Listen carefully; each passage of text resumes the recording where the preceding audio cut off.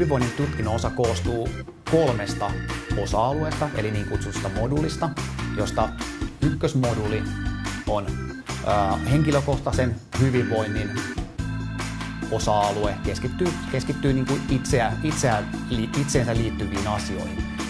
Toinen moduuli syventää tätä ensimmäisen moduulin alueita. Siinä tulee tiettyjä sisältöjä lisää, muun muassa vapaaehtoistyötä.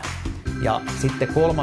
moduuli keskittyy aivan puhtaasti niin kuin työhyvinvointiin työyhteisön näkökulmasta.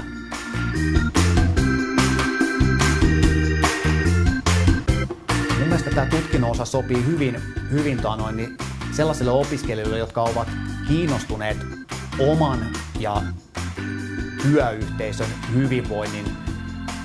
hyvinvointiin liittyvistä asioista jotka haluaa niin kuin tietyllä tavalla vähän semmoisen syvemmän näkökulman näihin asioihin. Työhyvinvointi on kaikille tärkeää.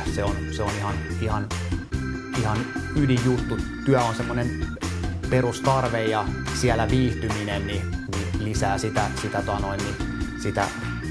työn imua ja työssä viihtymistä ja sen tuloksellisuutta. Ja sen takia nyt ja tulevaisuudessa niin työhyvinvoinnin osaajia tarvitaan.